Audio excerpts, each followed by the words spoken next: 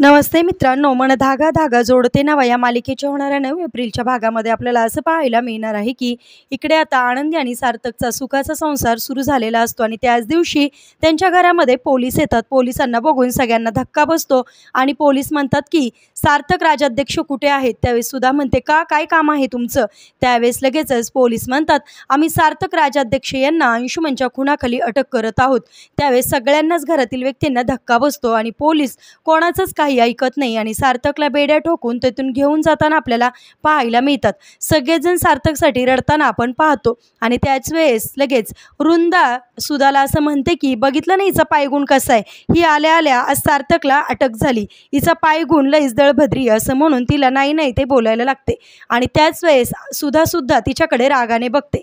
परंतु आनंदी सगळ्यांना चॅलेंज करते की काही झालं तरी मी माझ्या नवऱ्याला सार्थक राजाध्यक्ष सरांना सोडून आणल्याशिवाय राहणार नाही, मी त्यांची निर्दोष सुटका करणार असं म्हणून सगळ्यांना ती आव्हान देते। आता कशा प्रकारे आता आनंदी सार्थकला सोडून आणणारे पाहणे सुद्धा इंटरेस्टिंग ठरणार आहे। असेच मालिकेच्या पुढील अपडेट्ससाठी तुम्ही आपल्या रंजक मराठी चॅनलला नक्की सबस्क्राईब करा।